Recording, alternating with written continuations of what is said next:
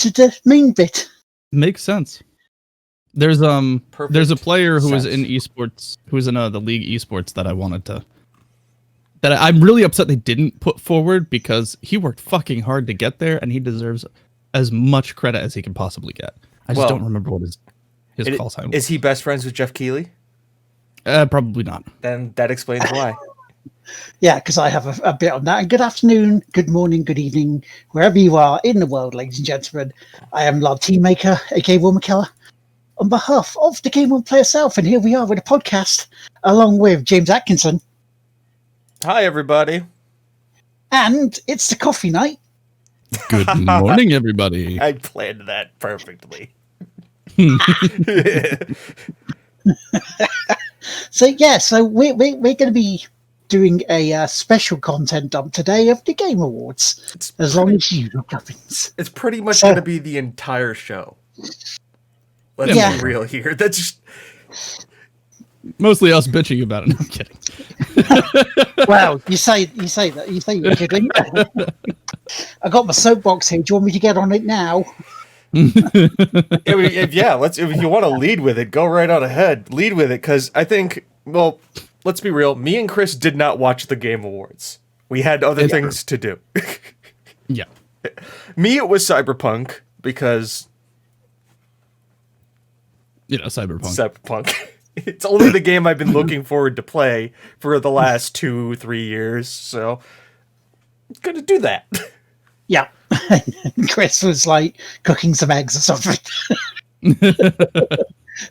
So Geoff Keighley and friends is what it should be. Now, Geoff Keighley tweeted afterwards asking people their feedback on the Games Awards. Okay, so Geoff, and I would have tweeted you and tagged you in the tweet when this podcast itself goes live on our Podbean, okay, and your other audio devices. So here it is. You want me and these guys to give you a feedback on the Game Awards. I'm not going to swear. I'm going to be polite as possible, but I'm going to be passionate as what you want.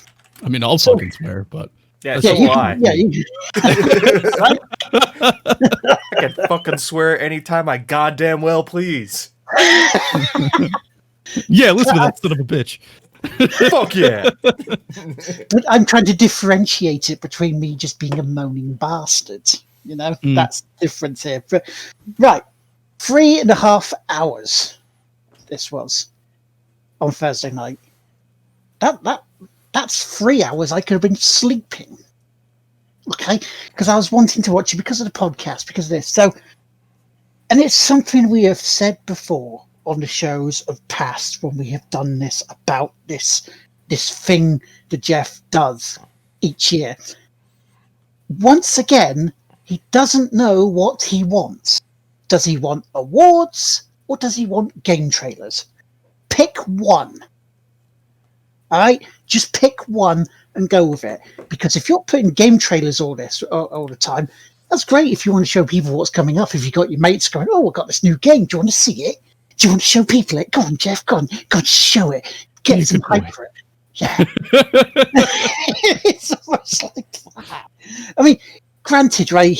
Geoff has put the work in over the years to get to this point, and there's respect there for doing it. We've discussed that on the show from where he began.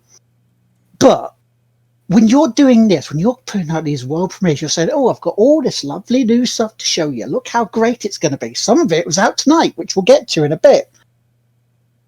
When you're doing that, you're taking away from the people who have worked their bollocks off in a year that's come up with abuse, whether it's come up with crunch come up again, and a pandemic. So they've had to change a lot of their working life. When you do that, when you plaster world premiere, and you put on a pre-show about 5 awards back to back, where you've got your co-hosts just rattling them off, give them no time to thank the people who did the stuff, who worked hard for it, gives it a smaller spotlight than what the name of the show suggests, then there's a big problem there. You're not doing it for the right reasons. You're doing it to show other stuff off, rather than actually going, you know what? This year has been a shit year. And yes, I did swear there, but fuck it. This year has been a terrible year for the pandemic. The industry needs a clean up because of the abuse that some people like Yves Guillemot has let slip under the rug. And what we're going to do? Oh, here's a trailer. Here's a trailer for Fortnite. No. Pick one or pick another. Don't have both, because that's 3 hours and a half. Well, not including the pre-show, which is half hour. Do your trailers in the pre-roll. Do it. Have a different show entirely. Have your award last an hour and a half. They're not WrestleMania. Let WrestleMania be 3.5 to 4 hours. It's what it's there for a year. I mean, the Oscars are like 10 hours. Yeah, and they're boring as fuck, aren't they? And they don't have trailers. So, but that's what every member of the credits, isn't it? Best gaffer, best person who goes make the tea, best person who goes get a Greg's when somebody wants it. I guess to your point, at least they appreciate the people who do the bullshit work in the Oscars. It's true. Because they do have those awards. They give fucking recognition to like the best of at least the those things people that are go getting... thankless. So, shall I be devil's advocate here? Because that's what we do here. Once again, my opinions may not be opinions, but this is just me to get Will more riled up.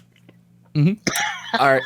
So let's talk about these trailers, Will. You know how they piss you off and they probably shouldn't be in it because of the award show and stuff. How is Geoff going to get the funding for the award show? Hey, we're about to have an award show. Would you like our trailer? Would you like your trailer to be a part of it? A lot of people are going to be watching it. Why don't you pay us X? How does the BAFTAs get that then? How does the Golden Joysticks get that then? They don't need to have trailers every 5 minutes overshadowing the awards. How old are those awards? And are they backed by more prestigious institutions? No, some of them are backed by EA. Some of them are backed by Ubisoft. Some of them are backed by... The BAFTAs like, are backed by the British Film Actors Guild, right? Yep. Yeah, but it's only partial where the funding comes from. The other is from game companies. Okay, but the game companies are still funding it. Mm-hmm. Yeah. So I'm looking at this as a Geoff Keighley experience. Is that, once again, congratulations to Geoff to be able to pull this off. And as much as this show is its own microcosm of issues, what he's done this year, the thing is, like, you look at some of the other shows he's done, right? Earlier this year, they were a lot better. A lot better. Double follow up on BAFTAs. They also work with sponsorships from outside of the industry, such as Audi, San Pellegrino, champagne manufacturers, all sorts of shit. Yeah, does Naughty Dog fund the Game Awards? You would think so after the awards, and we'll get to those in a bit. Yeah, we'll get to those. Or Sony. But I think this was not one of his best shows this year. I liked his better ad hoc stuff, where it was kind of trailer shows. Like they literally had a trailer show.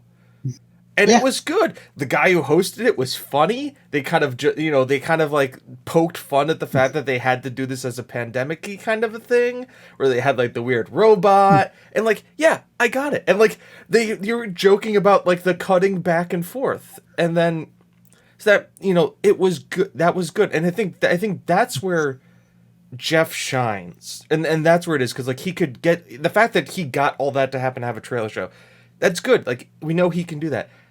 To your point, I think Geoff gets caught up in wanting to throw a spectacle, and he wants it to be big. Because let's be honest, without the trailers, the Game Awards, it's a half an hour. An hour and a half tops, because you can pad it out with it gives people who have won it a chance to actually, thank people, let their emotions out, and say, you know what, thank you for noticing us, especially with this year gone. Yeah, it can be, but I think he wants to, and to be honest, as much as it's Geoff's fault, Will, yeah, I'm blaming the gamer community, because I think if he doesn't show trailers, the game community goes, why didn't you show us trailers? This is the Game Awards. We should be seeing trailers. And if he just shows us all trailers and he doesn't do the awards, people are going to go, where are the awards? This is the Game Awards. We should be seeing awards. And he's stuck in a rock and a hard place. There's people like you who said, absolutely, this should be about just the awards. We should maybe see 1 or 2 really big trailers, and that's about it, and be done with it, or have it be its own section. But there's people are going to be on the other side of the bank who said, why didn't I see more? I wanted more trailers. I wanted gameplay footage. They want the Game Awards to be more like an E3 or that kind of thing, where it's more like about that kind of stuff. And now, Geoff is stuck in the middle. Now let's pull this back to last year. Let's pull this back to last year, where we had this exact same discussion. Yeah. Where we had this identical discussion, and the overall agreement we had was it's okay to show trailers at the Game Awards, but you need to pace them in the correct way. And the pacing for that would either be put the trailers in the beginning before things, saying this is what we're excited about upcoming, and then go, but we're going to thank these people who did a great fucking job. Or you thank all of the people for a big spectacle of these are the people who just made this year fantastic, and then turn and say, what are we looking forward to next year? You do it one or the other, but you don't intermingle it. You don't mix it together, because that's where you get the frustration. Because if you make it a narrative, because guess what? Games are about building a story. Whether that's a story of how well you did, whether that's a story of the story told in the game, whether that's a story of you spending time with your friends, having a nice, relaxing afternoon, whatever the fuck the story is. Whether it's finding a Brazilian striker named Pepe and making him the best player in the world. The fucking story of goddamn Pepe best in form. Yes. The story of, James being hunted by Chris. Mm-hmm. The dangerous game. The most dangerous game. It's all about a story. And what you're not doing in the Game Awards currently is you're not processing it like the story of the industry. And that's where you're going to get huge applause. That's where people are going to go, I really liked how this went. Because if you treat the whole process as a story, this big section is the story of the heroes who made our year. This is the story of the developers who put their blood, sweat, and tears into these projects. This is the story of all of the people who worked so goddamn hard every single day. And now, this is the story of what's coming up, and what we can be excited to thank new or the same devs for their blood, sweat, and tears. What we're looking forward to, these other passion projects and works of love. That's what this is all about. And people the writers for these shows just aren't getting it. It would involve them they're doing something that they don't want to do. Is the game industry looking at themselves and realizing we have a problem that we need to fix. It doesn't even require that. It doesn't even require that. All it needs to do is look at the people first or last. It's not hard. It's either put it in chunks that can be viewed separately. Break it up so that you have your trailers distinct from your awards, and in either order. That's all it takes. Chris, I have an idea for you. Now, this is me spitballing here. They have a game. They have an award here. Now, we can use this to transition into awards here. Okay. They have an award called Most Anticipated Game. Now, yeah. So let's if we're organizing the Game Awards, right? If we're setting this up. Now, this is just me big braining here. What if you do, I don't know, half the awards, then you do most anticipated games, and in between between that you do these are the people who made to this year a success that we want to thank.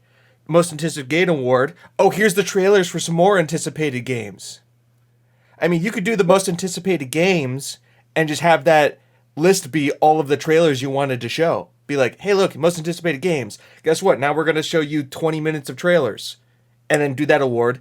And then we're going to move on to Game of the Year and that kind of stuff. It's like the freaking Oscars. Right? Mm-hmm. They sit there and then they save the big awards to the end and they pad in the middle. But remember, the Oscars has a 5-minute segment of the people we lost this year. Yeah. And and they just show a roll. Even if they were like the best grip guy in the entire world, or freaking Sean Connery, you get that you're there. It's there. It's just the date and just bang, bang, bang, bang, bang. It perfect time to do it. Be like, thank you for all of these people, this people, and going on right there. Now, I think that works great. There you go. Bang, boom, done, and then you move on. And then people are going to be like, oh, there's half an hour. Well, you tell them, like, guess what? It's a half an hour. We're going to let this go. You can go bugger off, get yourself a cup of tea, get yourself something to eat, pick up your Uber Eats order because God knows you're not leaving your goddamn house. Use the bathroom, take a shower, because, you know, it's your one time a month to take an actual shower because you're in your house the entire goddamn time. Pet your cat. Play Cyberpunk. I don't know. You know, that's the structure here. That's how I think about it. It just go, can it be done better? Yes. Is the fact that at least Geoff Keighley, like, once again, Geoff Keighley, left brain, right brain, choose. If you want to have both, structure it better. Yeah, and call it the end of year show rather than the Game Awards. Yeah. Because the clue's in the name. Or if you need to transition, because you know how the Oscars sometimes when they do like, we're going to go to commercials. They're like, right? If you're going to do the, we're going to go to commercials, do the, we're going to go to commercials. Here's this trailer while we change around who's coming out on stage and have it be a trailer. That's the perfect time to do it. Just be like, here's the 2-minute trailer and then welcome back. Right? You could do that kind of thing for the Oscars too. Be like, coming up next, this award, but now a trailer from X.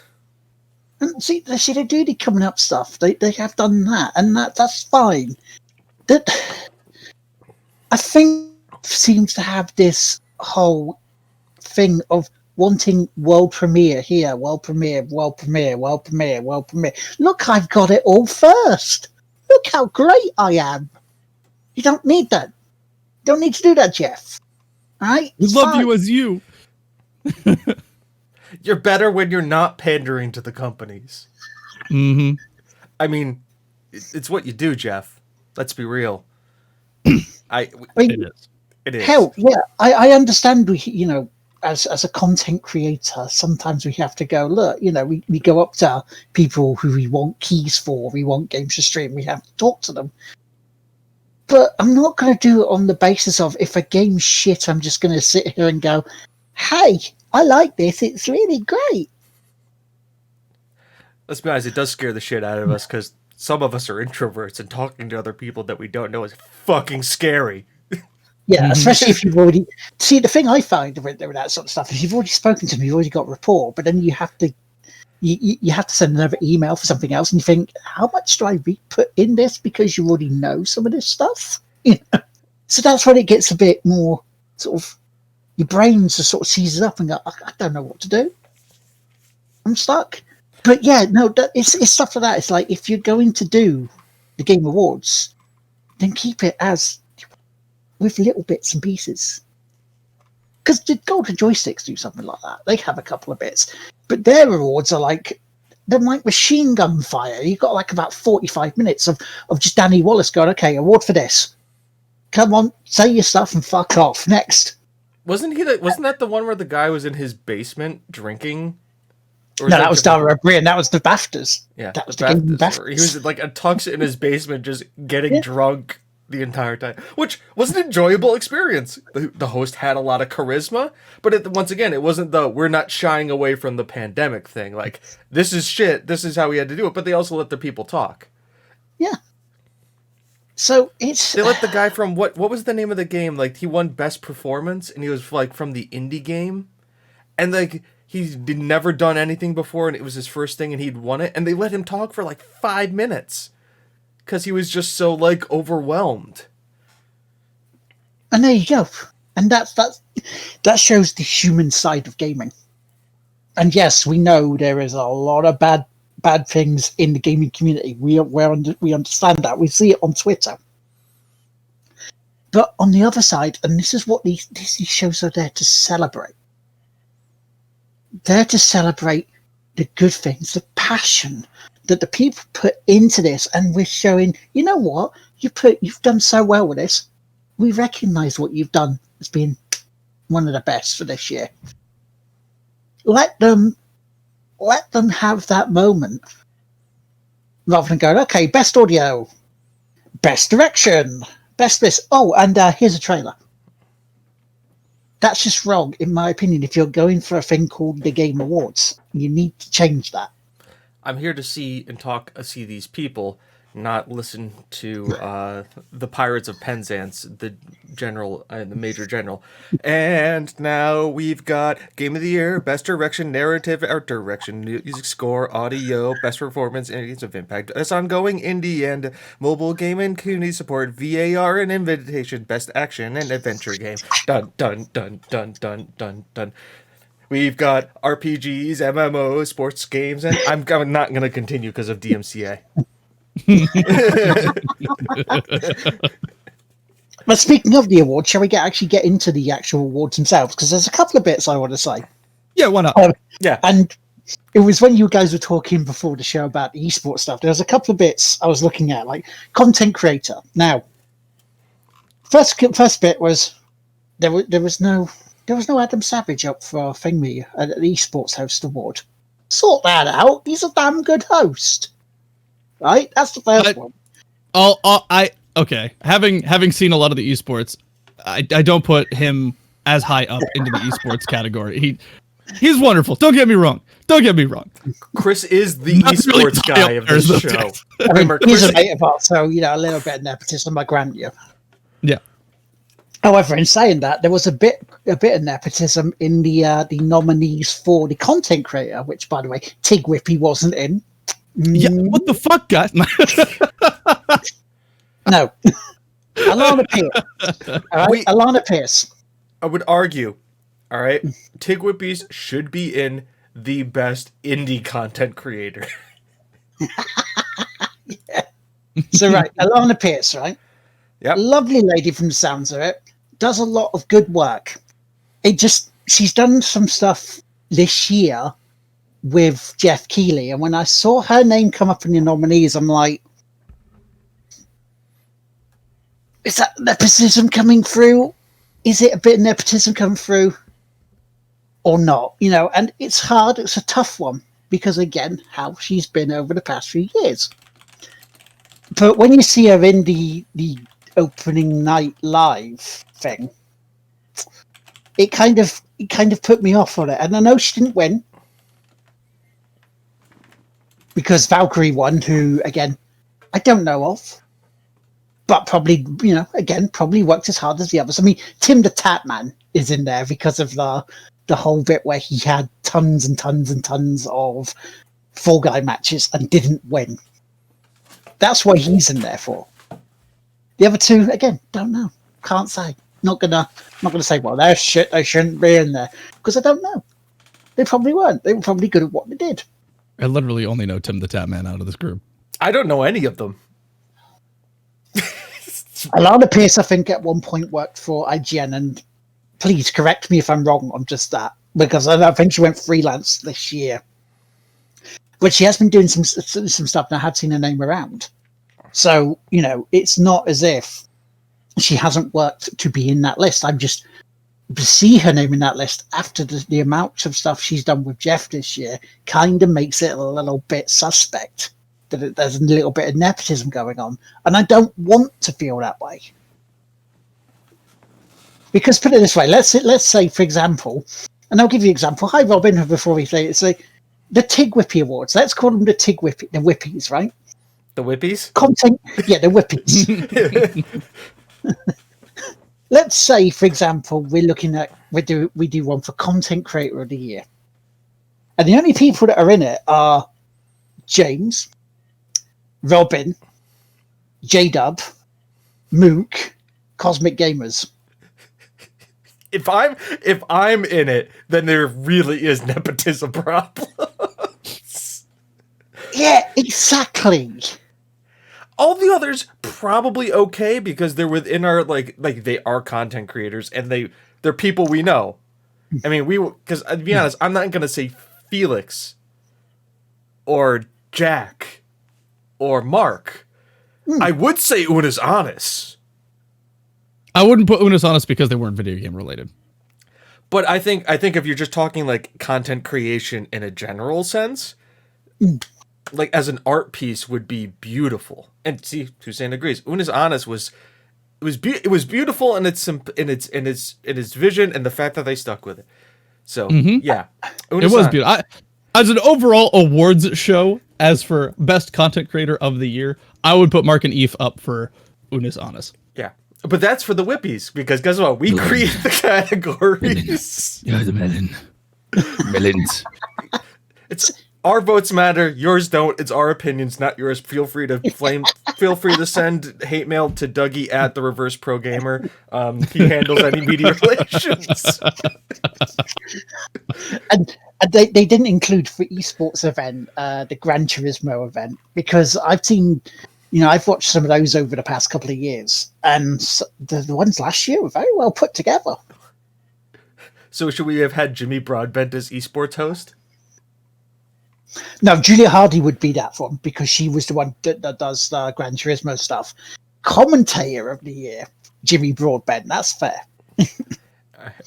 So, Chris, I know since we're on the topic of esports, do you agree with any of these esports awards? Because it's all Greek to me. For the most part, I don't have any problems with the esports, except for the nominations for the best player, the best athlete, and the best coach. I like Showmaker was definitely deserving to be on there. Canyon was definitely deserving to be on there. I wouldn't have put either of the Call of Duty players up on there. What I would have put is I don't remember which team he was on, but he was the one of the first players in one of the esports leagues from Mexico. And he fought his way tooth and nail all the way up to the world's championship and actually got a little ways in. I would have put him up there because of the leaps and strides that he's been making for himself and his own country. So I would have put him up there in the best athlete. He was also just a sweet guy. He was very sweet. And then as far as best esports coach, where the fuck is Sheepy? Where the fuck is the king of unicorns of love himself in his goddamn supervillain looking ass outfit?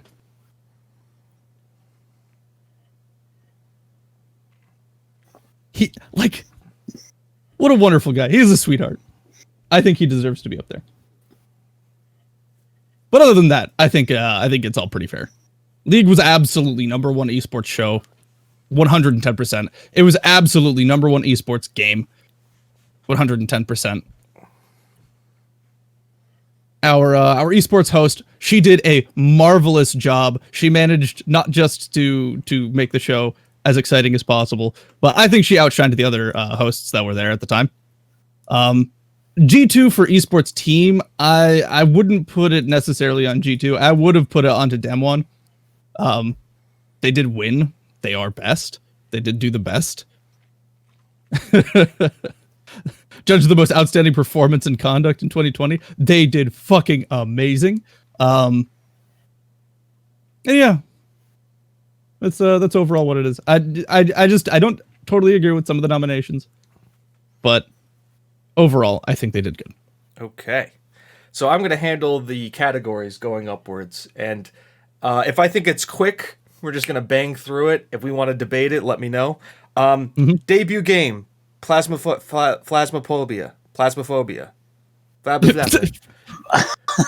The weird, creepy, scary. Solid outcoming. Phasmophobia, solid outcoming. Very well done.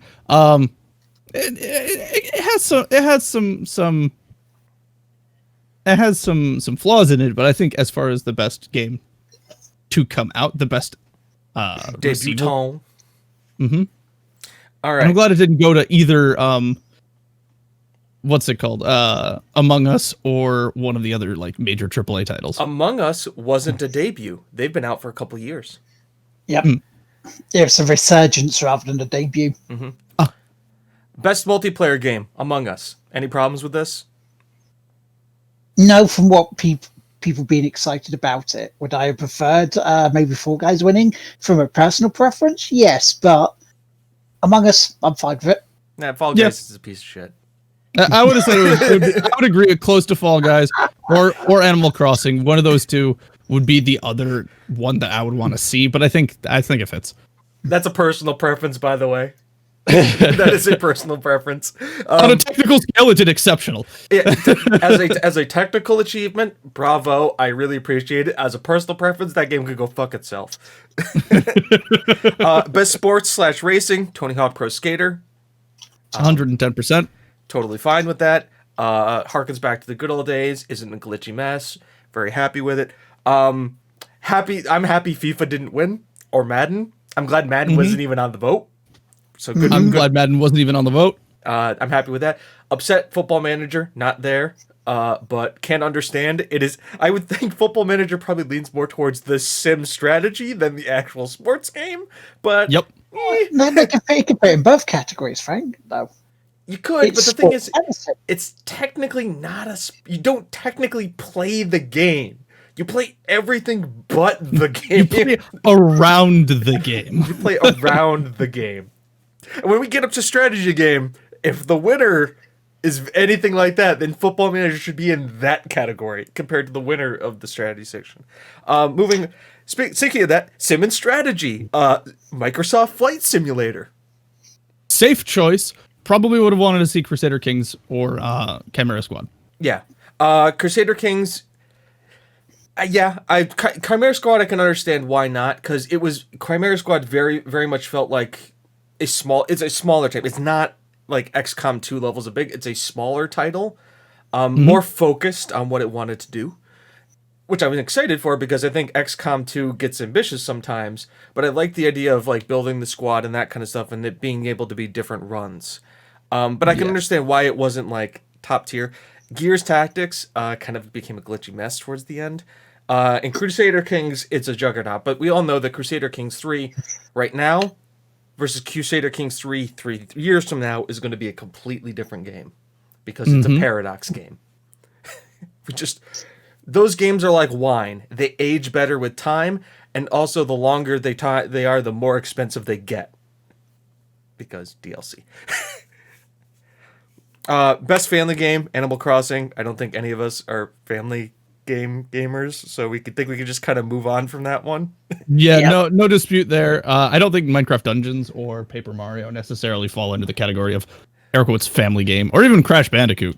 Even Fall Guys. I would say Fall Guys not so much, because you can do some pretty disgusting stuff in Fall Guys. Yep. Best fighting game, Mortal Kombat 11. Whatever. Okay. Yeah, whatever. I have no fingers on the pulse of fighting anymore. Exactly. I watch Maximilian Dude, and like when he tells me this is what's going on in the fighting realm, I go, yeah, I agree, because that's what he does. Best role playing game, Final Fantasy VII Remake. Yes. Yeah, I'm again happy with that. I played a little bit of it for Extra Life. I mean, it's a game that lived up to the hype that it came out with. It rode that hype train well. It was well executed. Do I think maybe Persona 5 Royale? I think it's probably a better RPG. I just don't think Genshin Impact should have been on there. Point, yes. I think all the other ones deserve their place on there. Wasteland 3 was incredible. I played that. It is a wonderful CRPG. Yakuza Like a Dragon. Oh. We'll get to that in a bit as well. We'll get to that in a bit, but I know I haven't beaten it, but I have seen the ending of it. I know where Will is in it. Will's on this side here. I apologize.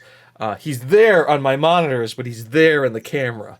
So James has to correct himself. But Yakuza, yes. But Final Fantasy winning, fine, no problem. Best action adventure, Last of Us Part 2. Yeah, okay. I would say that one's the most arguable. I mean, Ghost of Tsushima was there. I don't know, why is Star Wars Fallen Order on that list? I thought that was Fallen Order was late last year, and so it does fit into this sort of category. And because it's like end of 2019, like almost end of 2020. Yeah, it was. Star Wars Fallen Order is actually a good choice for that, and I don't see it not being there. I think that's fair. Okay. Do I think it's better than The Last of Us? No, not quite. Not quite. Ghost of Tsushima, yes. Miles Morales, haven't played it, but heard so many good things about it. Same as Assassin's Creed Valhalla. You know what I feel about Ubisoft at the moment. Ori and the Will of the Wisps. I'm not sure whether action adventure for that. It's almost it's like a platformy RPG action game. Yeah, 'cause it's a Metroidvania. But a Metroidvania probably fits better into action adventure versus RPG. Yeah, I think more action. Remember, Game it's action and adventure, which means Oni leans more adventure and exploration. Yeah, okay. I mean, it's hard to really pigeonhole it into one thing, though, isn't it? Really? Yeah, I mean, yeah, fair enough. It was a 2-horse race. It was Last of Us and Ghost of Tsushima, and expect us to talk a little bit about this later on. This is going to be a recurring theme. Also, by the way, like, they have best action adventure, and then the next category is best action. So it's like, why did you just make it adventure? Best adventure game, best action game. Yeah. I think this is also like best first-person shooter, or like just best, like, no downtime game. You're in it all the time. Hades won. Mm-hmm. A bit of a surprise.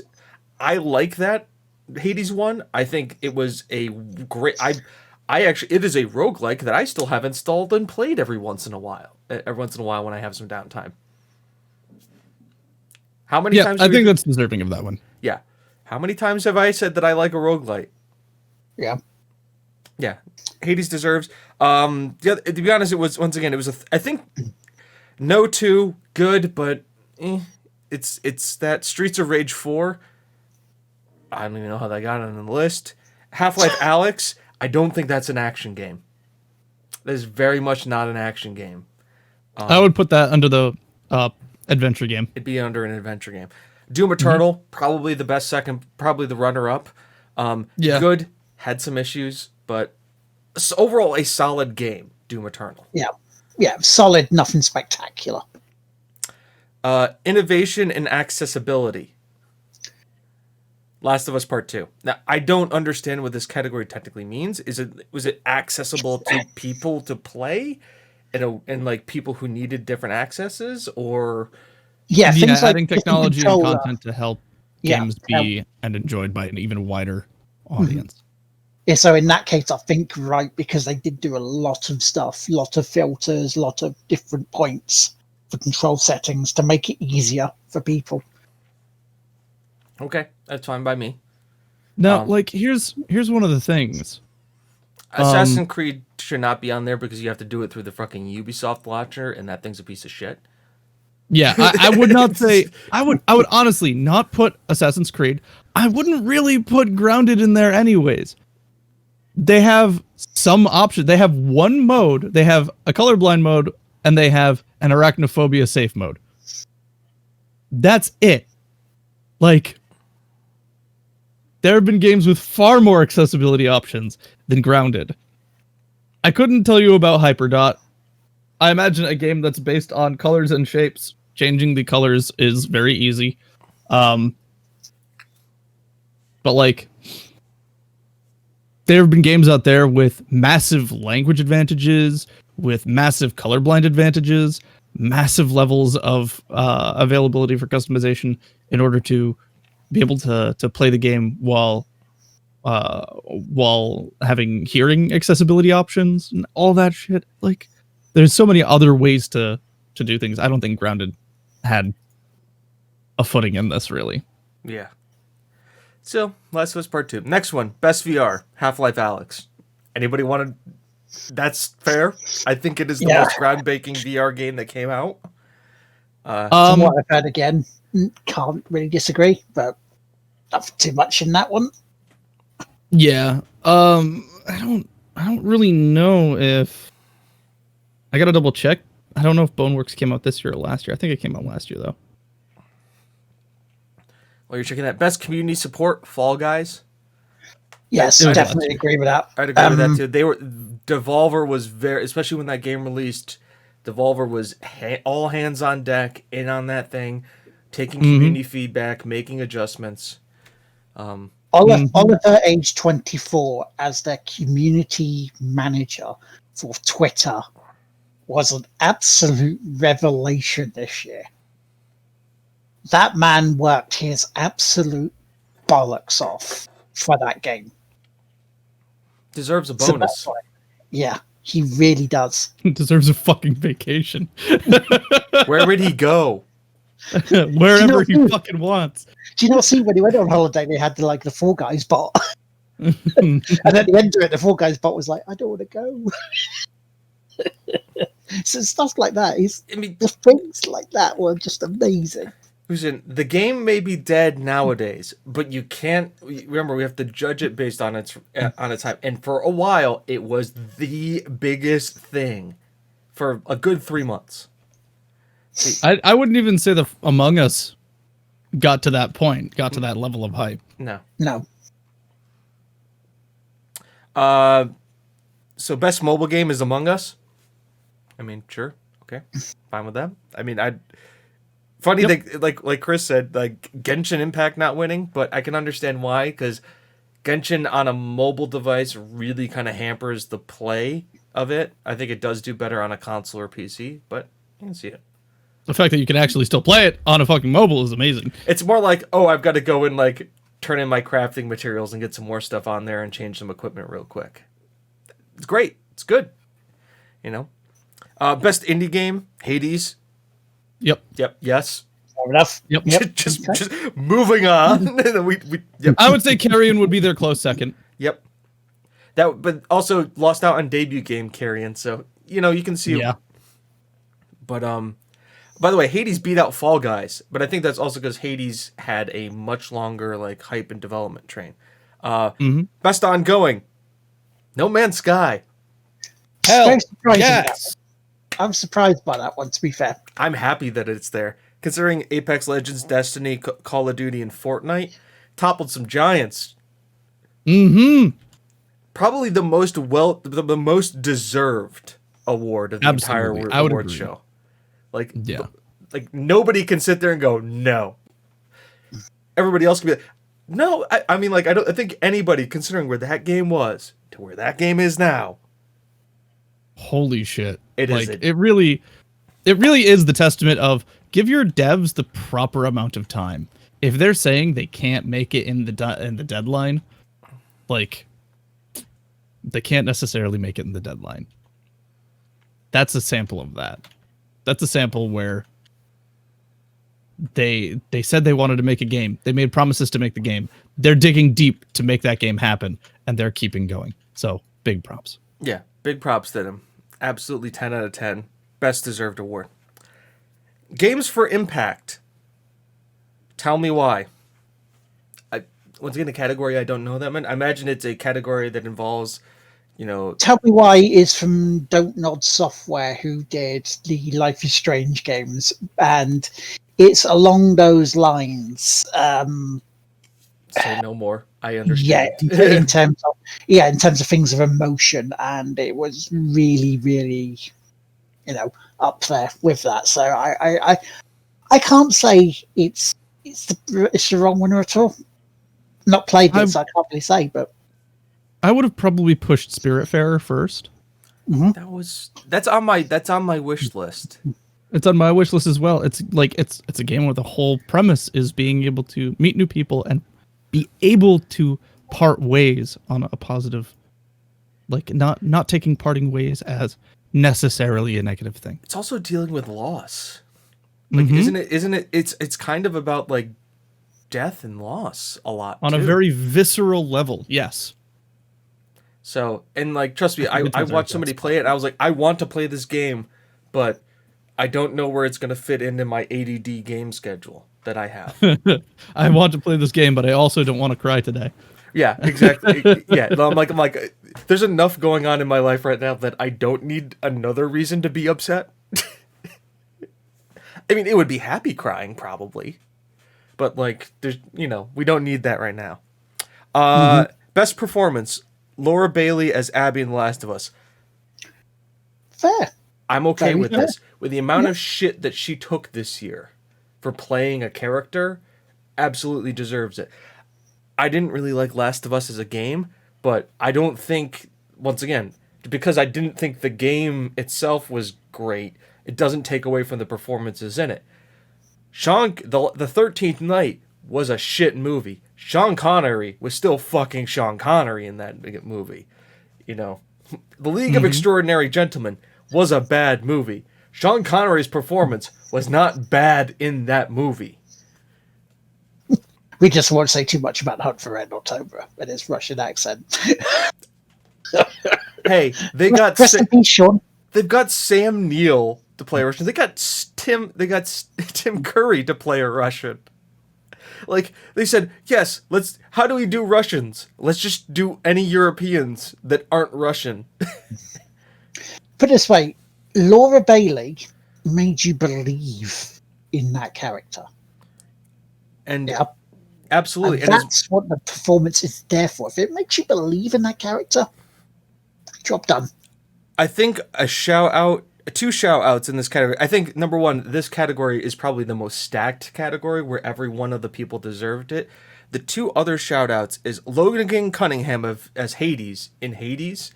The fact that he's also the composer for all of their games, and also did not only that voice, but I think he also voiced Skelly as well. Which is like, they're like, yeah, boyo, kind of character, which just shows like an extremely talented individual in an indie studio just taking anybody on who can do it and just say, can we do more? And coming out in a quality game. The other one, Daisuke Taju in Ghost of Tsushima. That game, I did not see a bad performance by anybody in that game. And I saw people play it dubbed and subbed. And there was no bad performance in that game. So, and I think that one, because you look at Laura Bailey, Ashley Johnson, they're going to get big kick-ups because of Critical Role, and also the fact that they have huge chops in the industry. I mean, people talk about the Nolan Norths and those, like, Laura Bailey, Ashley Johnson, and to be honest, Travis Willingham are three widely worked actors in the gaming industry who do a ton of roles, and that not even main lead roles, and they're as good as they are prolific, and I think everybody would agree with me on that. I mean, think about Laura Bailey. Last year she played the lead in Gears. This year she plays the lead in Last of Us 2. Like, she is like kind of like since the person who played Femshep. She's kind of like the go-to female voice actor in the industry. And I don't think I'm wrong on that. And that's even with professional actors who have more time because of the pandemic coming in and doing more voice work. Here's looking at you, Keanu.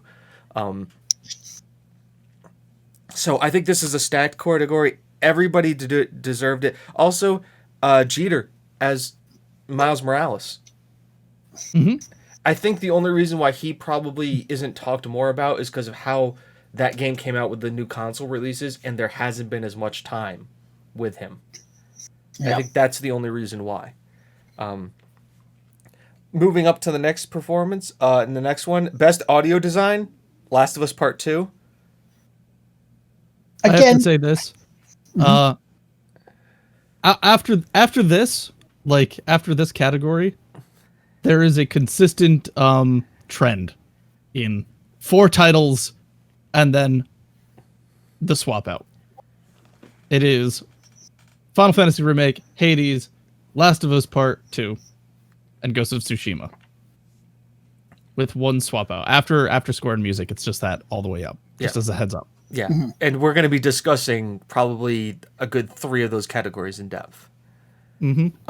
Audio design, I guess I'm okay with this. I mean, a lot of Last of Us Part 2 was about audio design.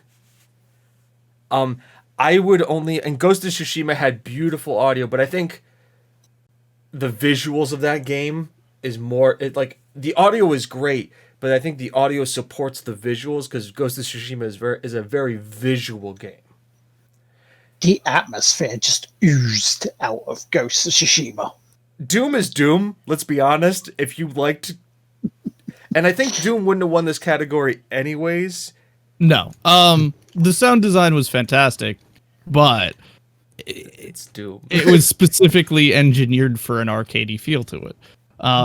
Resident Evil 3, again, it's not an audio-based game. It's a very action-oriented game. Half-Life Alyx, all the sounds are just redos or the same thing. The only reason I would argue Alyx, and the only reason is because it's a VR experience. And so direction mattered in that game. And the fact that they had to code that, and the technical thought behind that, where it's like, is it a redo of all the sound design? Yes. But I think in a game where you're VR'd in, the sound becomes much more impactful because you are experiencing it more than you would if you're just sitting at a screen playing it. That's my only thought there. It is more important, but it's also not a technology that's new. Yeah. And it's not something that, it wasn't really like a core focus on it necessarily, but anyway. I think there were other games that could have gone in there. Yeah, I think if Resident Evil 3 was swapped out for Final Fantasy VII Remake, Last of Us wouldn't have won it. Purely because of the soundtrack. But this isn't soundtrack, this is audio design. That's different. Yeah, but they would have used the audio, the soundtrack in the game the way it does, and that's what makes Final Fantasy VII. Final Fantasy, yeah, but that's why they have music and score next. This one, how many times can you grate Cloud going, hot, hot, hot?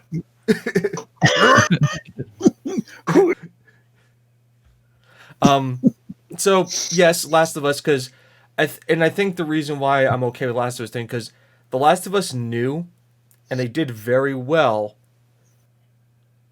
the quiet moments. If you look at those moments where there's the still and like where they bring it back and it's the view of the landscapes and stuff, that was the big moment, the big things. And I think sound is the fact that there was lack of sound is the reason why it worked so well.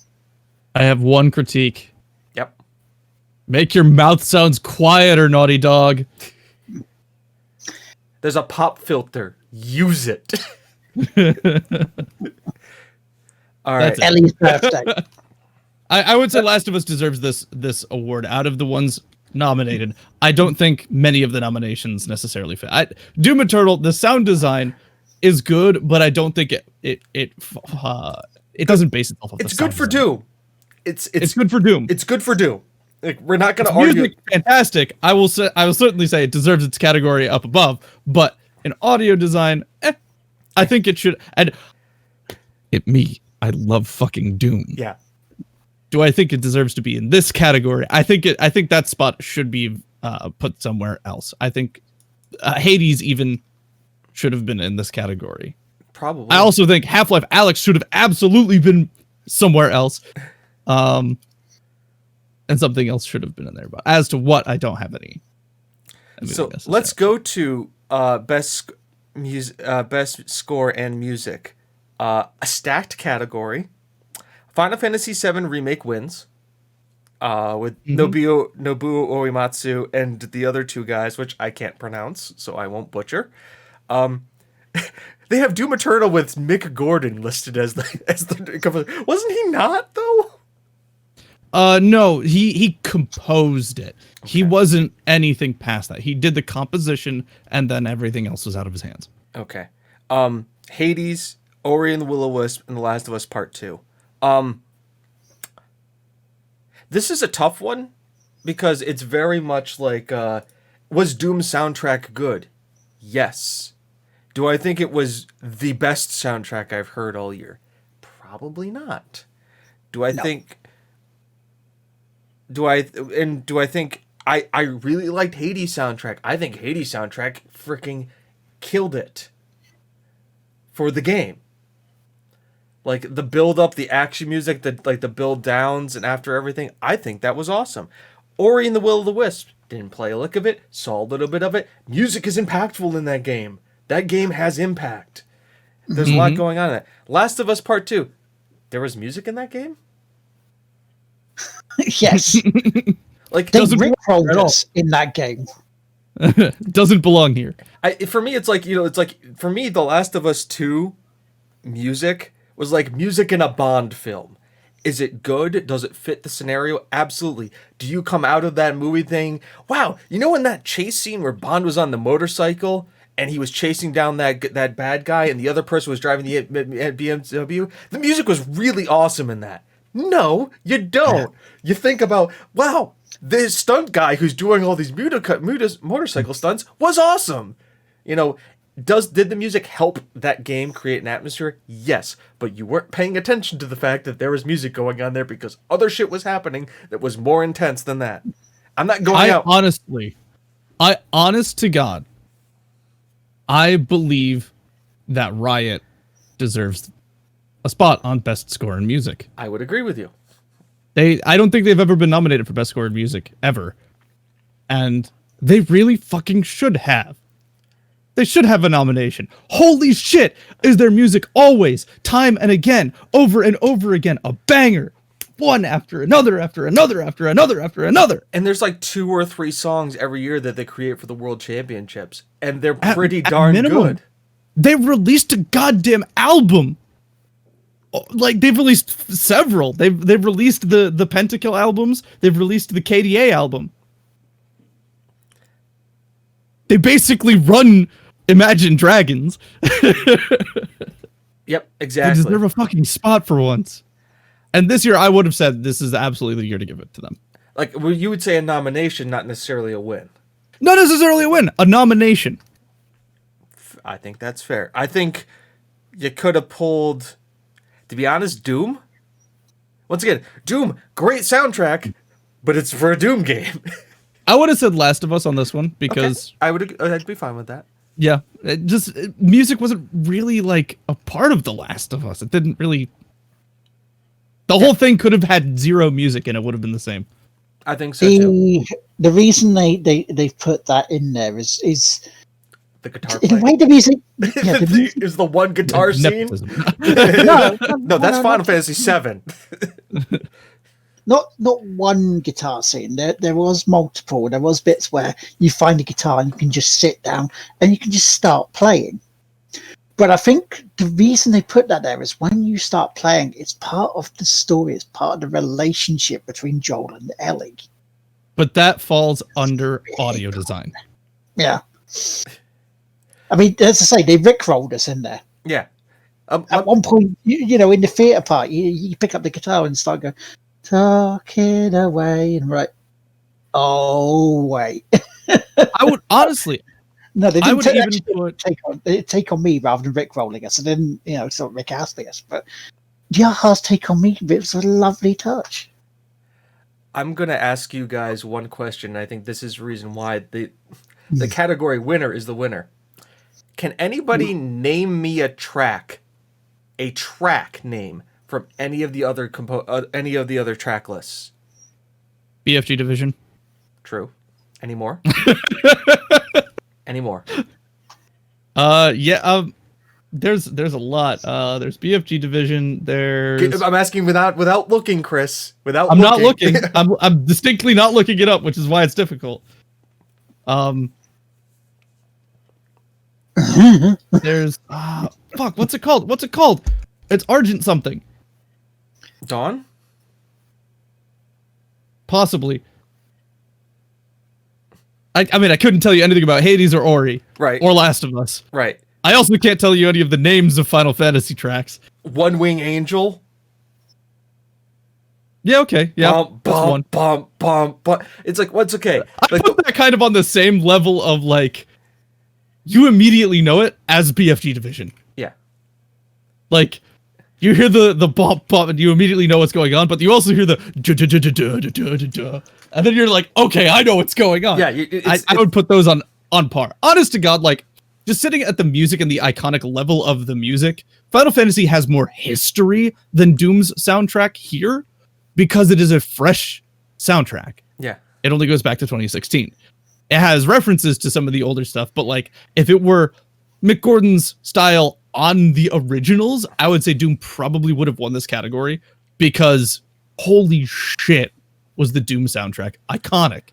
And I think the other reason why Doom doesn't win this category is because of the controversy that they had during that thing. The Game Awards is very much a lot of safe picks. I think everybody will agree. Like, they went safe in these picks.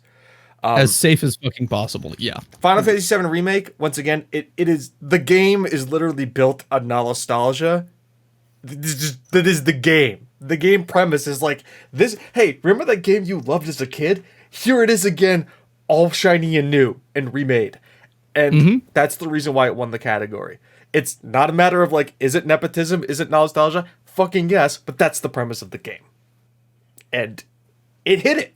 Like, it nailed what it wanted to do. And Chris is right. Is it as an iconic soundtrack? Yes.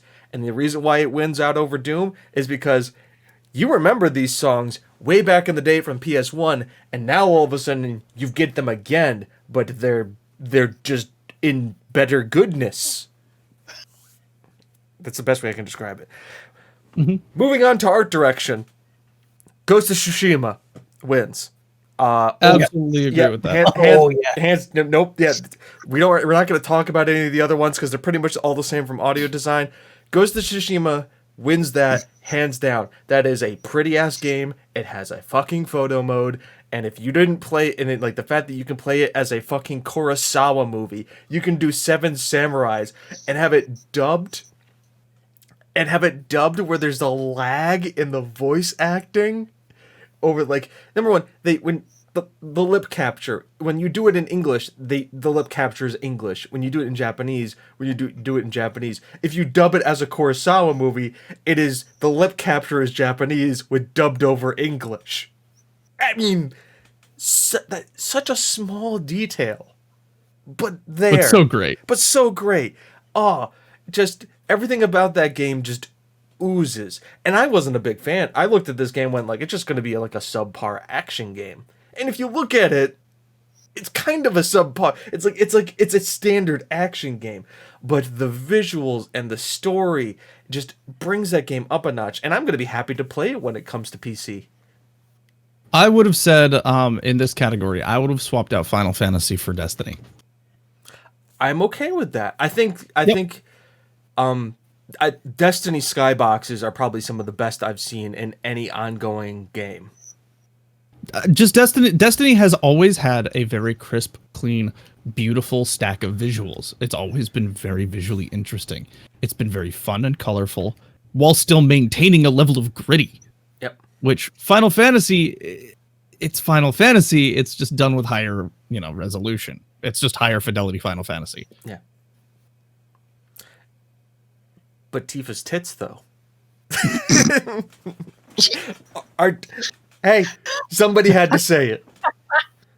Somebody had to say it. There was an argument on the internet about they're not big enough.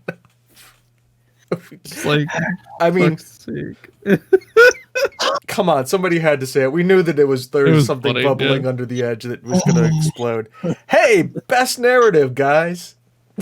Best narrative. I genuinely don't know anything about 13 Sentinels. I watched that game. So Carnage played through that game, and to give you guys an idea, he was playing 13 Sentinels at the same time as Yakuza, and was split like a dragon. It was splitting even time between the two of them. So 13 Sentinels is a PlayStation. It is a Vita port of on PlayStation of a game where you follow pretty much 13 characters in this weird kind of pseudo sci-fi. It starts out as like a suspense, then sci-fi mecha battle kind of game. And if I told you any more, I would start ruining story. Right.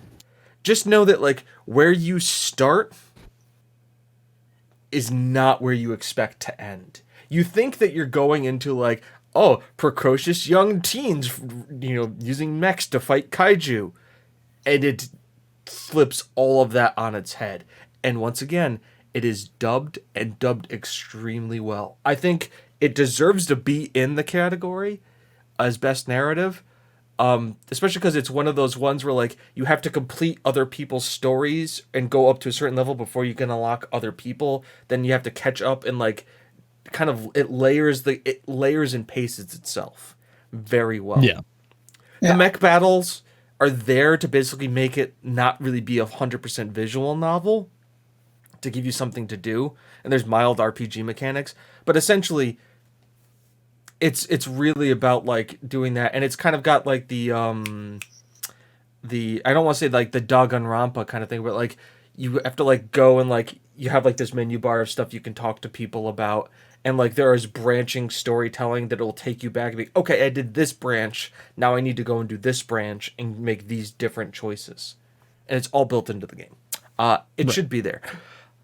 I don't think Last of Us Part 2 should have won. Last of Us Part 2, I don't think should have won. I don't think Final Fantasy Remake should have even been on the category. No. I love Hades. I don't think Hades should have been on this either. Like, it has a great narrative and a great story, but I don't think it's best narrative. It's a two-horse race in this one. It is Last of Us and Ghost. And to be honest with me, out of the two stories, and I've seen them both, I haven't played these games, but I have seen the story of both of these games. Tsushima hit me harder. Tsushima drew me in more emotionally. And the thing is, too, you with both of these games, and I think, Will, you played both of these games, right, to completion? Yep, I have played and completed both of them. You saw what was going to happen for both of these games a while off. Like, you saw the truck coming. And I think the big thing is, and without spoiling anything, is that Ghost of Tsushima gives you choice. It gives you agency. Last of Us Part 2 is they're telling you a story, you're just living through the story. And it is a interesting, twisting, turning story of two people dealing with loss in different ways, and how they both come, and how human nature can be gritty and disgusting. You can sum up the Last of Us 2 story in the adage, an eye for an eye makes us both blind. It's a revenge story. And to be honest, I don't find those. It is a very basic revenge story. It is somebody dies, the other person gets upset and wants to hunt them. It is Taken. It is just. It's a tiny bit more complex than that. It's tiny, just a tiny bit, but yeah, you're in the ballpark. I've seen movies do this better. Like Ghost of Tsushima, though, when you had that choice, you're like, do I do this? I saw people, and I saw a streamer put the game into sleep and go, we're not playing this, I need to sit on this. And he took a night. He it's like, we're ending the stream early, I can't make this decision right now, I need to sleep on this. And they didn't play the game until the next day, and they came on and said, okay, I've made my decision. And it sucks. Like, either way, it is not a good choice. But it is so that final scene, and for me, it comes down to the final scene between the two games. Last of Us final scene is very dark, it is very much Last of Us, but at the same time, it's like, I've seen this before, right? Like, I've seen this scene before. In a few movies, like I'm thinking, like Lord of the Rings, I've seen this before. Like this gritty fist fight when they go down. Metal Gear Solid did this. Metal Gear Solid 4 did this, where it's the final two antagonists are in a brutal fight, and then eventually the end happens. And it kind of leaves you feeling a little unfulfilled. And as much as people bitched about it, I thought it was the right choice. Like, the fact that it's meant to make you feel, like, unfulfilled and empty. That's the whole point. But Ghost of Tsushima has so much emotion rolling up to it. So much drama. And the fact that it is done shot for shot better. The ending of Ghost is shot for shot better than Last of Us. Because, once again, there's a build-up to it. And and there's an inevitability happening to it. And the characters in the ending know the inevitability, and they both walk into it knowing full well what is going to happen. And it is such just an exclamation mark on that game. Because it's everything that you've had to do in that game, everything that was done in that game, everything that has led up to that game was just like, is a game of compromise. What are you willing to give up to succeed, to win? Which is what Ghost of Tsushima is. What compromises and how those compromise against an old rigid structure that needed to change. And it's very much at the end, the bill has come due. Somebody is going to pay. And it is that rigid structure that has withhold and stood the test of time against what you've compromised and had to changes you've had to do to win. And it's them coming together, and both of them in a it is beautiful. The end of that game is beautiful, and I think that's why it wins. Ghost of Tsushima had as good of a narrative and ended better than The Last of Us. And remember, usually that is the last scene that sticks in your head. I can shot for shot tell you what happens at the end of Ghost of Tsushima. I've never played it, and I watched 2 playthroughs, and I can tell you shot for shot what happened. I cannot tell you shot for shot what happened in The Last of Us. I can kind of give you a vague understanding. That to me tells you something. What do you guys think? Since I've hogged this. I do agree with you. I mean, I don't fully agree, maybe, but I agree that the narrative should have went to Ghost of Tsushima. The end of it was harder hitting than The Last of Us. And a bit of a surprise. I mean, as much as you saw it coming, it was still a surprise, like how well that game ended. Yeah.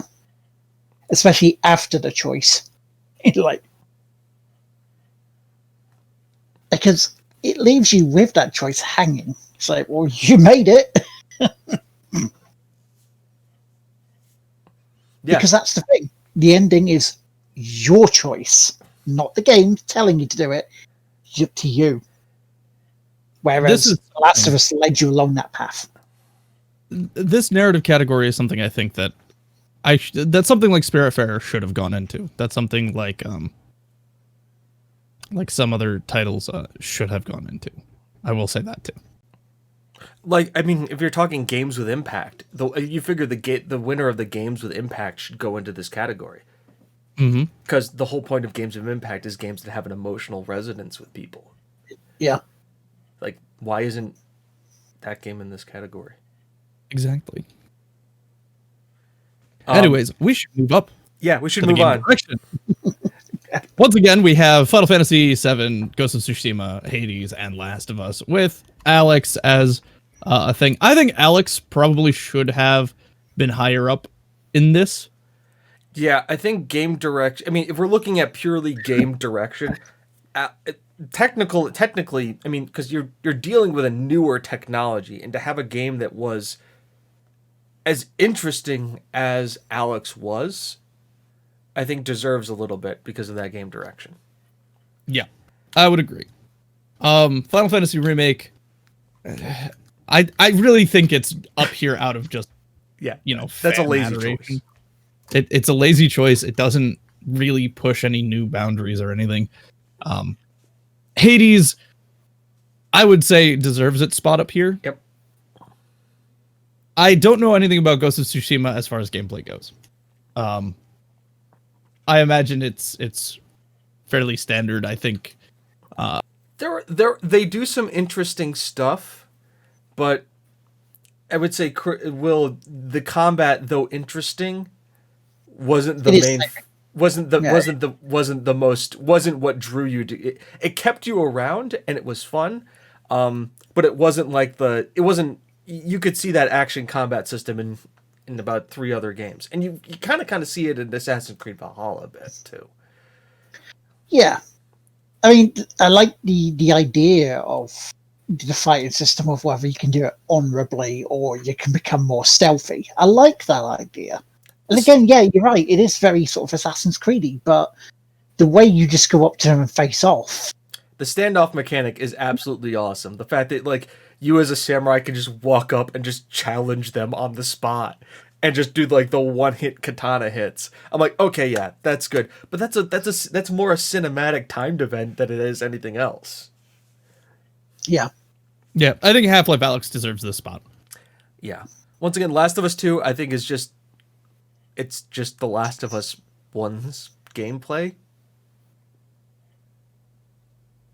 Am I wrong? Yep. It added some extra AI features, but that's really it. Yeah. Game of the year.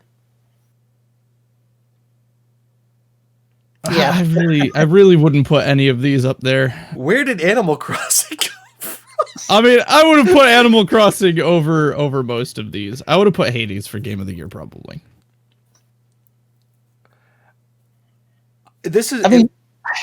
Out of my choice of Game of the Year, 2 of them are in there.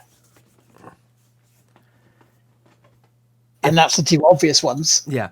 It's either Last of Us 2 or Ghost of Tsushima are the 2. What's my third?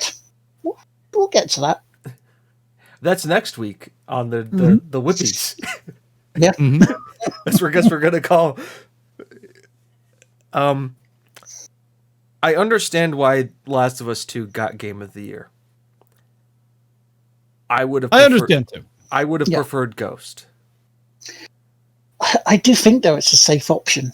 Last of Us 2 it is the safe option.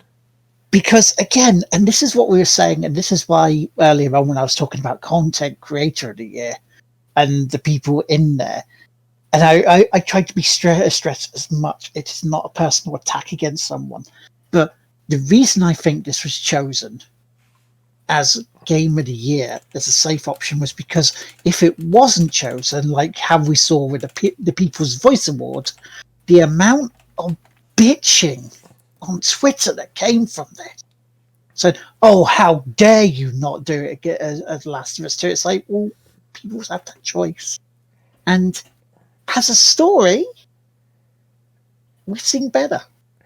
We just have. So, Game of the Year is chosen by the industry types, and the one we didn't talk about yet because I wanted to save it for this exact one is Player's Choice, which is voted on by us. Player's Choice, or Player's Voice, was Ghost of Tsushima. Yeah. Mm-hmm. So, this is very much, this is what the industry decided. This is the Oscars, ladies and gents. This is the Oscars. The industry chooses what they think is the best film, where we choose what we think is the best film. There's your split. The industry thinks Last of Us 2 is better than Ghost. We think Ghost is better. I think it's a flip of a coin, and it's whatever in what you see. I like Ghost better than Last of Us 2, and I pretty much explained my reasoning in last segment. I will slightly agree with Will too that is this a safer choice? And this is me playing devil's advocate, and this is not going to be a very happy, safer works statement I'm about to state. But listen in, take it with a grain of salt as you will. If Last of Us 2 does not win Game of the Year, how many people come out and say, because the main character is LGBTQ, they didn't want to go with the racy choice? They had a tough, and people will say that, and I'm not saying it's valid, but it's an argument that will be made, and then we get Gamergate happening all over again. Yeah, the choice here would literally be people being outraged that it's a pick because of that, or people being outraged because it's a pick against that, and it's like, yeah, and damned if you do, damned if you don't. Yeah, it's that age-old thing again, where we can't, if we want, LGBTQ A plus or plus A or the actual, we want everybody to be normalized, yeah. Yeah. So you can be whoever you want to be as long as you're not a dick to others. Mm-hmm. Yeah. And the only way that's going to be normalized is to just act normal and be normal around it. Yeah. No fucking special treatments. I'm not. And the thing is, too, do I believe Last of Us Part 2 should be in other people? And once again, this is the industry people choosing it. And that's good. I mean, I'm glad that people are recognizing. I mean, is Last of Us 2 deserving of the award? Yes. In my opinion, I think Ghost is more deserving, but that's essentially it. It's my opinion. And I would have been more upset with this choice, but the player's voice came out and said they liked Ghost. And I think Ghost is as deserving of the award. But it got us the player. But we as our community said Ghost. The industry said to Last of Us 2, is Last of Us 2 deserving? Yes, it absolutely is. It is a great game. If it was a shit game and it was still won Game of the Year, I would have problems with it. Yeah. This is not like the choice that we had at the BAFTAs a few years ago for Game of the Year. When was it Destiny was in there and that got it out of the blue, and everyone in the auditorium was like, "What? Including like people in the press room, because Chris Slight was in the press room and he looked at everyone gone out. It's like, wait, what? Did they just say Destiny Game of the Year? No, it's not like that. I mean, the choices in Game of the Year are good choices. I think that I agree with Chris. The three biggies. Last of Us, Ghost, and I think Hades is the third sleeper pick. Deserve to be there. I think Doom is there because it's Doom. Final Fantasy's there because it's Final Fantasy, and Animal Crossing's there because they needed to have a Nintendo game. I think Animal Crossing is the only other one that it really deserves the spot. Doom is not Game of the Year, as fun and amazing as it is. As much as I love it, it's my niche. Yeah. It's not something that is like big and overwhelming. It's a fun throwback. Yeah, if this was 2016, I would say, dead Game of the Year. Yeah, because that was a very technological advancement in, like, it was an action shooter that did the whole thing without needing to use the basic ass duck until your screen's not red mechanic. Yeah. It revolutionized how it was treating things. It was adding the verticality to a classic formula that it was very good. It killed that formula, because if you stand still in Doom, you're dead. You need to be a constant energy and constant motion machine. Mm-hmm. Final Fantasy VII Remake, I wouldn't even put in the category. I wouldn't even put in the category because it's just Final Fantasy VII again. I'm still a firm believer that and I know we're not going to do this with our awards, but my thought is that why don't you put the winners of all the other categories into Game of the Year, because they're obviously the best in their category. Yeah. Yeah. And remember, Ghost, that would still mean Ghost and Last of Us are in there. Final Fantasy is in there. Yep. But why isn't Microsoft Flight Simulator? Why isn't Mortal Kombat 11? They were the best fighting and sim games. Tony Hawk. Why is Fall Guys there? Because Fall Guys would deserve a place in that. As much as you don't like it, James. As much as your personal distaste is existent. It does deserve a spot. Does it deserve a spot? Yes, absolutely. It was a great game. It captured the social zeitgeist for a period of time. It was the best shit on the air. Everybody was playing it. Mm-hmm. I am fully aware of the fact if something is good, even though I hate the shit out of it. I'm fully aware of that, and I can divorce my feelings from that.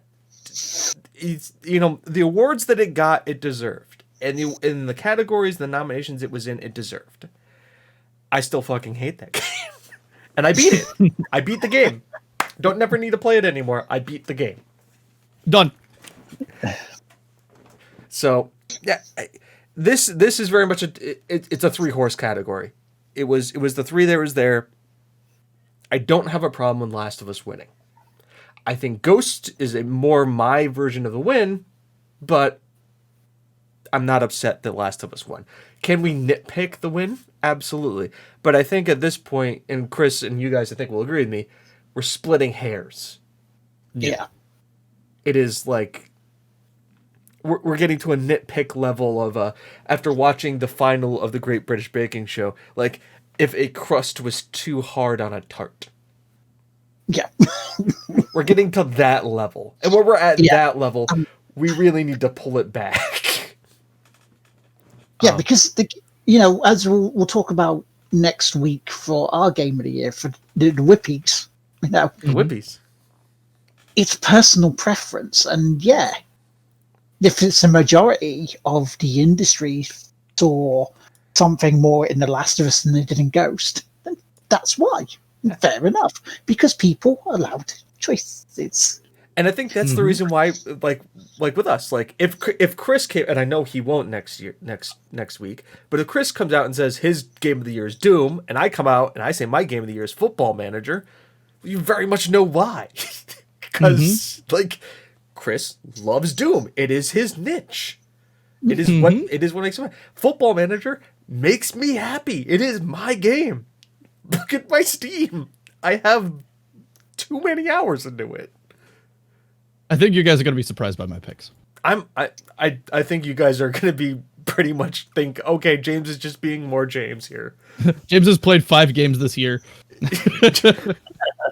Yes. Mine, I think James already knows mine. Yeah, I have a good idea. I am gonna give you game of obviously for next week. I will give you game of the year, but I have honorable mentions. We are okaying honorable mentions, right, guys? Mm-hmm. Yep. Absolutely. And I can tell you that Football Manager is not my game of the year.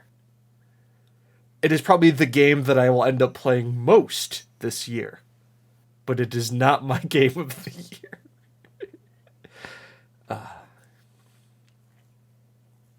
So, I can say Doom is not my game of the year either. But I think you guys will be pleasantly surprised as to what my game of the year will be. I'm excited to hear it. And once again, we will not talk about our game of the years to each other. It's true. Michael, if you want to show up next week, put it in chat. We want to know. I think he's already put it into our Discord, because I did ask people about that. Will compile that for me, because I won't look at our Discord for a week. Yes, yeah, he has. Yeah, it's in there. It was on the 30th of November. He put it in above yours, when you just put the "oh boy, my game of the year is redacted." I like that you spoiler tagged and crossed it out and named it redacted. Yep. Now the trailer part of the Game Awards. Go online. Look at YouTube. That's how I'll say it. Unless there's one you want to specifically talk about. Disco Elysium: The Final Cut coming back to PlayStation, Switch, and Xbox it was a nice thing to see. Fully voice acted now, the entire game. That was a brilliant game. I suggest if you haven't played it, to buy that when it comes out, because you will really, really enjoy it. Super Meat Boy Forever coming out on the 23rd, so you got something to play on Christmas. And also a game that I picked up the next day after that was a thing called Shady Part of Me, which as an indie game looks really, really interesting. And plus you got the Callisto Protocol, which looks so much like Dead Space. Just looking at some of these, there's some interesting things. Like the new Nier looks pretty cool because it's Nier is a sleeper. Like Nier is like, you think of it like, oh, Nier 1, Nier 2. It's weirdly, wildly Japanese, but good. That's the best way for me to describe Nier. It is a very technically powerful franchise. Absolutely. Dragon Age 4, okay. Warframe, yep, all right. Fall Guys, Outriders. Looks like it's gonna be a Destiny takes Division. There you go. Nailed it for you. 10 out of 10. It Takes Two. It's by the guy who likes swearing a lot. That's all I know. Yeah, fuck the Oscars, and it's the co-op game again, A Way Out. Hey, if it's a wild fucking ride like A Way Out was, this absolute batshit insane thing, I think it'll be fun. Yeah. things that like really are making me excited. Number one, like Will said, Disco Elysium. Yes, you should get it. Disco Elysium. Like, cannot rate that game enough. Did I buy it for you, Will, or did I convince you to buy it? You convinced me to buy it. Probably the best Wily thing I've ever done is convince Will to buy and play Disco Elysium. And I was like, trust me. It was very much the Will, just trust me. And it wasn't as if I was against the idea in the first place when you mentioned it. I'm like, ooh. And then playing it, it was such an amazing RPG. Yeah. It absolutely is, and there's so many ways to do it. As for other stuff that gets me excited, Perfect Dark. Yes. That looks... I'm all about Perfect Dark. Yes. And if we're talking about hype, I'm not hyped in the sense of this game. I'm interested in the direction they're going to go with Mass Effect. That was a very Bond thing, wasn't it? What? Yeah. The Mass Effect will continue. Yeah. Because here's my thing. And somebody else said this, and I agree with their sentiment, was it all hinges on what they do. If they don't go back and finish that Andromeda story, I don't think I can trust them at a game company. It's like, well, you just gave up. You had one bad game, and you just said, fuck it. And you're just going to leave that story out there. And BioWare, a company that prides itself on what, ladies and gents? Their story. Their story. Mm. And they're just going to say that was just a one-off that never happened. I think, and this is my big thing, I regain some modicum of trust if BioWare goes, we're making another Mass Effect, and it's Andromeda 2. Because then that means they're like, we have the balls to say, yeah, we fucked up Andromeda, or it wasn't good. Here it is. Remember all that DLC was planned for Andromeda? Yeah, make that into number 2. I don't even care if they have that DLC, but just go into it again and say, just listen, we know we did this. The story happened. That game exists. Here we go. Let's go on and continue this.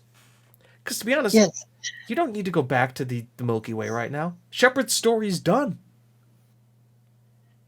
See, Andromeda itself as a game got going at the end, which was the big disappointment for me, because I was genuinely bored of Andromeda until the end, and it's like, where was the hell was the rest?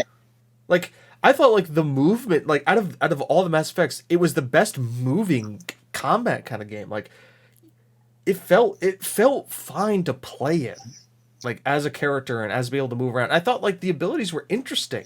Like, they gave you a lot of different ways to handle situations, and you could the fact that you could constantly change around your build was cool.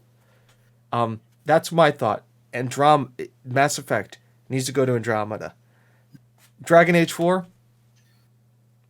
Still not seen any gameplay at all. Nope. In 2 years. Nope. I thought Inquisition was good. It wasn't amazing, but it was a good game. But yeah, I'm also smallly excited for Warhammer 40k Darktide. I know it's just Vermintide, but I have a thing about being an Imperial Guardsman in Warhammer 40k games. I have a guard army. I want to be able to play that. It sounds like a lot of fun. That sounds like it could definitely be a free play Friday kind of a game. With the three of us all in the Warhammer 40k universe. And then we can just make really bad jokes about 40k.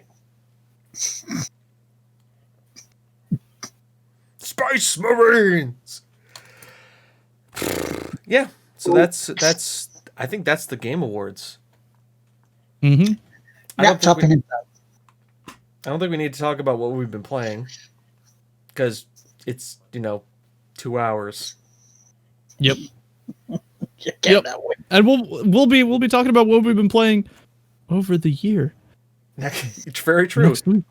And the Whippies, as we're going to now call them. We've named it the Whippies. Also sounds like a lot of...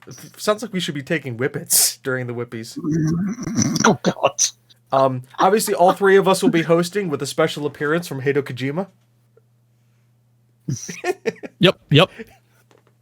Not gonna lie, he's gonna be there the entire time. Can confirm.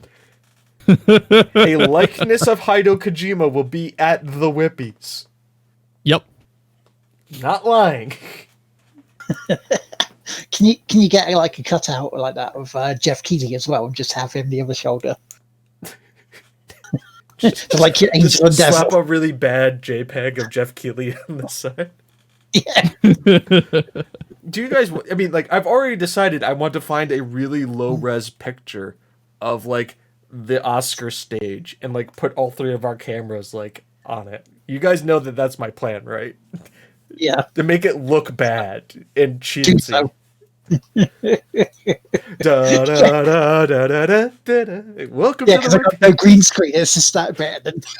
Yeah, exactly. So yeah, I mean, so shout outs then. CTR Tez in a couple of hours. We'll be starting a 24-hour stream for, I think it's to help children going through like abusive families and situations over the Christmas period, and actually during normal life as well, during normal time of the year as well. So big shout out to him.